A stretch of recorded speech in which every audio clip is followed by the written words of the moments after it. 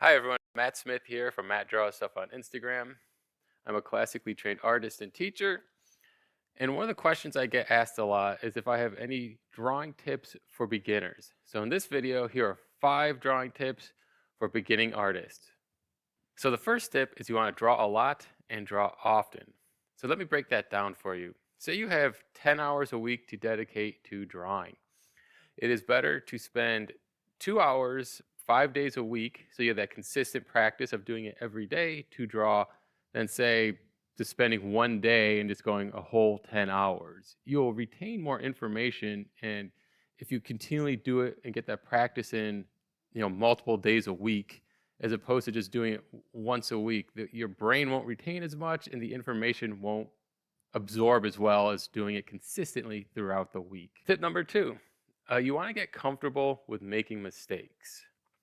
Mistakes are all part of the process. Remember, you're always starting with a blank sheet of paper. So to think that anything is going to be perfect right off the bat is not going to happen.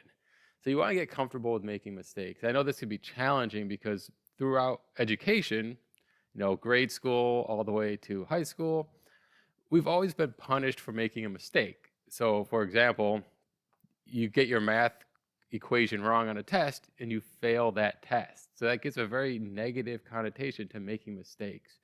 But remember, in art, it always is going to happen. Even if someone has drawn as long as I have, I still make mistakes all the time. I just make them less and know how to correct them. You will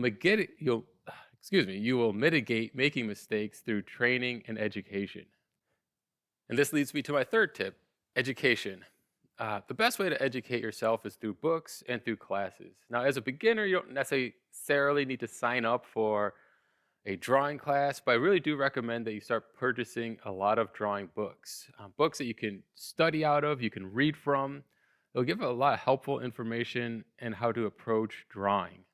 Tip number 4, drawing from life. You want to draw from life as much as you possibly can. When you draw from life, that will help improve your eye and understand how reality really works. As opposed to when you're just drawing from photos, photos are oftentimes very flat, and you're not going to learn and understand that perspective and how the eye really works. It's just a different translation. Like for example, the reason why photos are oftentimes flat is because a camera has one lens, where people, we have two eyes. So that's one of the reasons why there's oftentimes a lot of distortion in photography, as well as the lens that is used and how people shoot. That's a whole other thing. But again, if you can spend some time drawing from life, and even if you can't get out to a life drawing session where there's a model, that's okay. You can always set up a still life, even if it's as simple as drawing like a paper cup, for example. You'll understand how those ellipses work a lot better in reality than just drawing it from a photo. So my fifth and final tip is you want to have patience. Now, if you don't have a lot of patience, unfortunately, you're gonna have to develop those skills. When it comes to learning how to draw, it does not happen quickly. So you want to be patient with yourself. You want to be patient with the process. You're not going to master this stuff in a week, a month, or even a year. However, if you do take your first drawing and you do dedicate, the whole year consistently to training, you'll see a huge improvement. So I always remember to look at that original drawing to one you did a year later, and you will see the improvements. They will happen, but they're not going to happen quickly. It takes time to develop the skills and the training of your eye.